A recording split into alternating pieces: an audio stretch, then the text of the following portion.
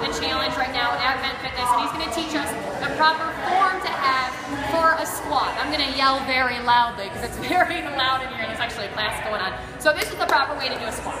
Alright, well, for starters, everyone is going to be a little different when it comes to the squat. Everyone has different mobility in their hips and in their legs. Some people are tighter, some people are looser. So everyone's going to be a little bit different when they go through a squat. There's a number of progressions you can do up to the squat, but the basic squat, you know, very simple. You're trying to sit down in a chair. That's the basic, I guess, way the squat's going to work. So, want to do the squat with me here? Yeah, and I have like a little bit of a knee issue, so I put my feet out a little bit. So, again, everyone's going to be a little different. The main thing when you're squatting, you know, if we start about hip width, maybe a little wider, depending on that mobility, you may be a little wider than someone who's a little more flexible. For me, I can squat with my feet right next to each other.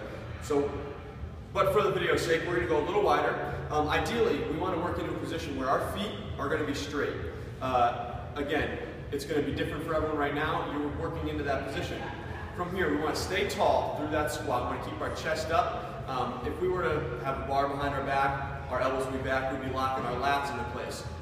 For this example, we're actually going to go arms out in front, and then we're going to try one with our arms overhead. Okay. So, from here, we want to work on squatting straight down, keeping our weight on our heels. Now, what do I mean by straight down? I don't mean doing this. What I mean is, we want to squat in between our legs. So if I were to go with my arms out and squat down, I'm keeping my weight on my heels, my chest up, and then I'm driving back through my heels to stand back up. A lot of people have issues with that squat because someone will say, oh, you want to shift your hips back and do this and that. Well, we don't want to do that. If we do that, if I shift my hips back like this, now my top half starts coming down, I'm stretching out the hamstrings way too much, and I'm not going to be able to squat very deep. So we want to squat between those legs. So if I'm squatting down, arms out, squatting between the legs.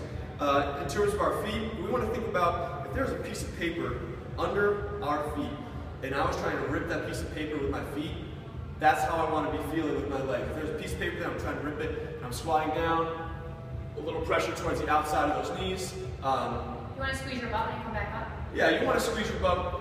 For the most part, anytime you're standing back up and you think you might do this, keep that core tight, squeeze your butt. Want to try an overhead squat for us? Sure. Hands up overhead. Try and squat straight down for us.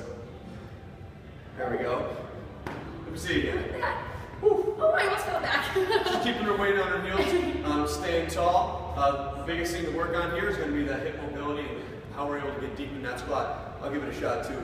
A little tight. Squat straight down and back up. One important thing to remember as you're going through a squat is if you don't have that mobility and you feel that lower back start to round as you're going down, you don't want to go down quite that far. That's something that you want to keep working towards, to keep working on a better squat, working on that form. Thank you, Dan. Appreciate it. Thanks for having me. So this is Dan, Vent Fitness Clifton Park, and Get Your Combat Cancer tank tops here too. American Cancer Society. Thanks a lot. Bye.